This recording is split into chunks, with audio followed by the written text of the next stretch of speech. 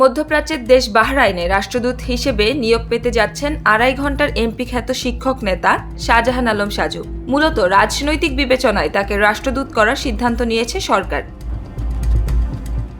দীর্ঘদিন ধরেই বাহরাইনে রাষ্ট্রদূত পদটি শূন্য রয়েছে। কয়েক মাস আগে একজনের নাম প্রস্তাব করা হয়েছিল, কিন্তু তাকে গ্রহণ করেনি বাহরাইন। তাই নতুন কাউকে খুঁজছিল সরকার।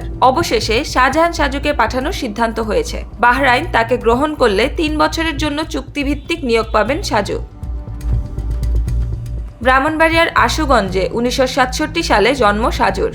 মাধ্যমিক পর্যন্ত পড়াশোনা আশুগঞ্জে হলেও পরবর্তীতে ঢাকায় চলে আসেন তিনি। গাজীপুর থেকে কুষ্টিয়ায় স্থানান্তরিত ইসলামী বিশ্ববিদ্যালয় থেকে অনার্স ও মাস্টার্স ডিগ্রি অর্জন করেন।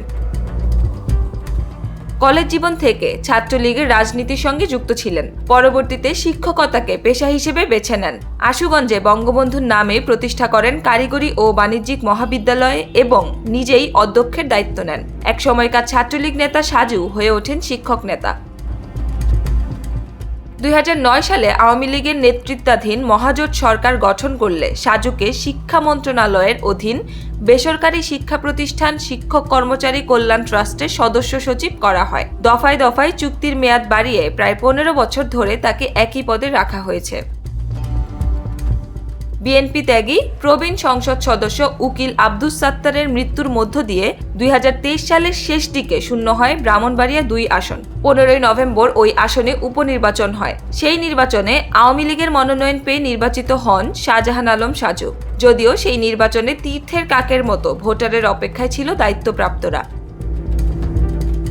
নির্ধারিত সময়ে এমপি হিসেবে শপথ নেন বিজয়ী শাহজাহান সাজু। ততক্ষণে ওই সংসদের কার্যক্রম প্রায় শেষ। শপথ অনুষ্ঠানের ২.৫ ঘণ্টার মধ্যে দ্বাদশ জাতীয় সংসদ নির্বাচনের তফসিল ঘোষণা করে নির্বাচন কমিশন।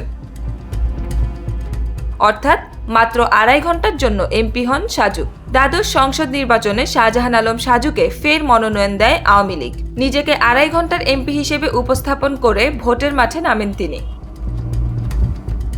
কিন্তু নির্বাচনী বৈতরণী পার হতে জাতীয় পার্টির সঙ্গে আসনটি সমঝোতা করে ক্ষমতাসীন আওয়ামী লীগ। সেই ঘটনার বলি হন নৌকার প্রার্থী সাজু। হাইকমান্ডের নির্দেশে মনোনয়নপত্র প্রত্যাহারে বাধ্য হন তিনি। যদিও ৭ই জানুয়ারির আলোচিত সেই নির্বাচনে আসনটিতে জাতীয় পার্টির প্রার্থীর ভরাডুবি ঠেকানো যায়নি।